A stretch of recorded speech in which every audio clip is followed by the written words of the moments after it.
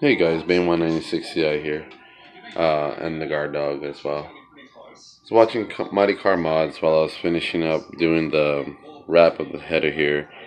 I got a perplexity about that. For some reason, 15 foot of wrap managed to disappear up to about right here, as where I had like a small sliver left to cover the existing bit that I had left on this side. But I got it done for the most part. As much as my anxiety and my impatientness is attesting me right now, I really want to put these on the car. So they're officially wrapped and they're ready to go to be put on the car. I went ahead and put the bolts in from the oxygen sensor plugs that I went ahead to buy from Advanced Auto Parts. I'm looking for a part number to show you. But yeah, I mean, that came in handy. So now it's time to actually put the battery on my charger here. This thing works really good. So while this is going to be down, I'm going to officially start the work on the car. Get him, puppy. But yeah. So it's time to remove the battery. And now we got to move all of this stuff out of the way. The coil packs, the wire harnesses, of course the valve covers. I may just go ahead and move the fuse box out of the way just to make sure I don't smack in it when I take the exhaust manifolds out through there, if I can't get them to go down from underneath. Either way, I need to take these out so I can get to the bolts. But this is going to be a little bit of a process, as much as that's why I'm taking my time. So let's go ahead and get to doing this. Good morning, guys. Bane196CI here with another update. Guard dog also wanted to say hello. Just wanted to get a quick walk around of my progress so far. I ended up taking off the power steering pump and alternator to actually get at the location that I needed to be. As you can see, this is like a complete friggin' mess right here right now. This side, you would think right there, is the most pain in the ass side to work with versus the passenger side, looking like it has more room, which it does. That's why I ended up taking off this side first to get the headache out of the way. And I already got it all the way unbolted. I already dropped it down. I was just kind of touching up the engine with rags and stuff. But this is the factory Y. I took off already. All nice and gangly. And this is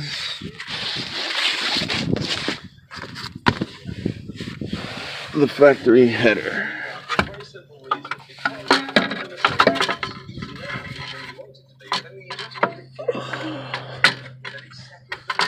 The fucking O2 sensor wires caught, of course, because nothing can just go as simple as pie, now can it?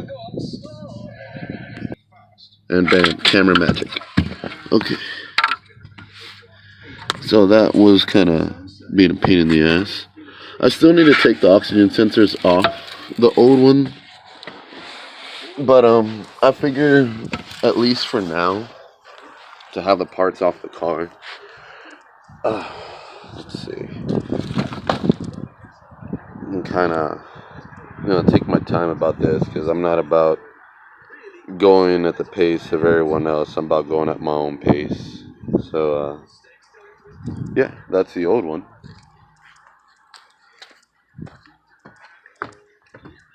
Guard dog. She's waiting for her snack. That's why she's there like that. She's crazy. It's a girl dog, by the way. If you couldn't tell. Those snacks are hers. But yeah, let's go ahead and try to be presentable about this.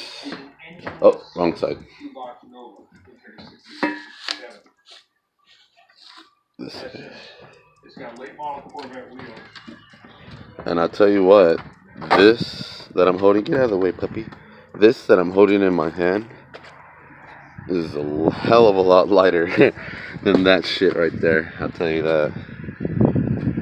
But bam, aftermarket badass, power, factory sluggish. What the fuck were they thinking when they made this? So clearly, there's gonna be a good difference in gains throughout like the low to mid range, especially that I have the header wrap titanium all over this, especially oh man, this is the wrong side. Oh well, I'm gonna have to rewrap my other header over there. But yeah, I think this is going pretty well. Excuse all the random talking, but yeah. Let's go ahead and continue, shall we? Okay, so we successfully have both of them off now. As you can, well, I have my other big MFN wrench right here. Now, if it wasn't for that fucking thing versus the small one down there, I would not have been able to get these off the manifolds. This one I was kind of cleaning it up a little bit. Of course, it would try to fall as I'm doing a video. I got a lot of haters watching me right now, so like the negativity is unreal, and like a lot of things have been going awry, but I've been catching them and fixing them as I've been running into the hiccups. But anyway, as you can see, like this thing, this almost got stuck on there.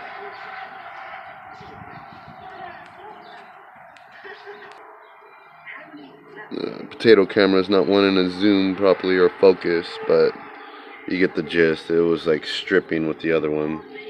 As much as I had another bolt on there, one other bolt out of everything that was other than the oxygen sensors, they're trying to piss me off and like keep the whole project up. But no, now it's literally time to just put these oxygen sensors in the headers and start bolting shit back up. So let's go ahead and get to doing that. Oh, and I also will be using the hardware kit they provided me. All it really is just the gaskets and the bolts for the actual flange that goes for the Y connected to the center pipe that goes underneath the car over there. But yeah, pretty good stuff, man. I'm like really excited. Let's go ahead. Well, I'm in the process of putting everything back together, like as I said before. Of course, whenever you're trying to do the bolts that put stuff back, and then awkward spots like this, whatever type of negative eyeball energy is staring at you is going to make bolts fall or not be able to go in as fast as they came out. So, whatever. And anyhow, that looks fucking badass. Do the other side in a second. Maybe put the top end together and then start it up, open downpipe without the Y for right now and see how it sounds. But that's going to end up being my muffler for now, the stock muffler. So it's going to get quiet for a little bit, as much as that stuff stays inside the stock muffler before it starts coming out the tailpipe and getting ruined. Yes. I'll eventually probably put this one back on if I don't just get another one. This one was on my 4-door anyway, so probably will just put it back. And really hacky fucking job it did. And it was even leaking at that. But alright, let's continue this. Okay, so now we got that side all secured and everything. I'm in the process of putting back the power steering pump, all the wiring. That's why it's kind of like jumbled like that. I need to buy some more fluid, turns out. As well as this stupid cap. Again, hater bullshit, man, because somehow this cap managed to fall right down in there. And I can get it, I just gotta take this fucking bullshit off. But anyway, power steering fluid, fill it up, cap back on, put the power steering pump in there, connect all the lines, and this side's officially done. I already tightened up all the bolts and everything. I still have the downpipe loose over there, or off rather. And then this side, it's crazy, man. Like when you put everything back, you really think like, how in the fuck are you gonna put headers on this thing? But they're on, and they're looking badass. So let's go ahead and finish this up. Bane 196 Ti here, just getting a small video for the new project I'm about to undertake. Here we have a 1995 Nissan 240 SC. It's actually running in pretty good shape. On motor condition, that's about 89,000 miles. No problem with compression, doesn't overheat. So we actually have a functioning proper 240 with original fan. So I know somebody's talking with my hand over. Oh my god. But everything is bone ass stock on the engine bay part. So this is typically the type of projects I like to undertake, that if I'm going to modify a customer's vehicle, you know, with no modifications done to it prior, it makes it a hell of a lot easier, and it gives me a better bearing on where the hell I'm at and how long it's going to take to finish. So for this thing, we're going to end up putting on a top mount T60 eBay turbo with a 50.51 AR on the exhaust housing. It's going to be the top mount, like I said. So for the most part, I'm going to have to figure out how I'm doing my exhaust routing through there. I think maybe 345s and 190s possibly going to do it. But we'll take it from here. First things you're going to see go on this thing as the videos go on is going to be the oil catch can. It's starting to prep it basically for the turbo. So you got your oil catch can is going to go in the back right there by the wiper motor, as well as the fuel pressure regulator. It's going to go right in there. I've already seen a video done on this one on how to do the regulator, so it's really straightforward. I know I like to talk a lot on my videos, and I really don't give a shit. You know, you guys like it or not, like it. How do you say, leave a comment in the bottom, let me know what you think. But we're going to go on this journey together. So imagine doing that first, and then I'm going to end up having to figure out the intercooler and how it goes from here. So stay tuned, and see how this thing's going to go. I trust that it's going to go smoothly as it did when I installed the headers on my 93 Acura Legend 6-speed coupe. Although it's a different thing having a turbo versus headers, overall it's not that much more you're doing. You're just routing exhaust gases going into the turbine, creating compressed air, forcing it back into the intake manifold. There's really nothing to it. Air, fuel, spark. But now it's the regular air, we got compressed air. Oh yeah, it's the 5-speed. So yeah, stay tuned, and let's see how badass we can make this thing be. I'll give you an image with the hood closed.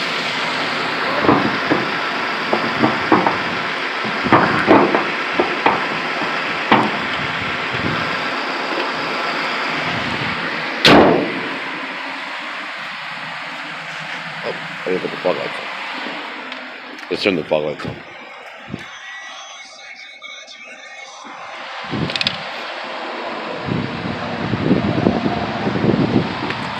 I'm gonna do him the ability to have his fog lights on separate from the lights, because you can't actually turn on the fog lights without having the headlights on.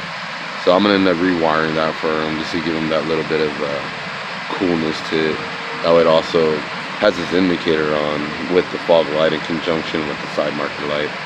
I don't know, to hardcore JDM fans, it's a really cool thing to do. That's it for the most part. So stay tuned and we'll see how we go. This has been Bane 196 Ci for 6-Sip.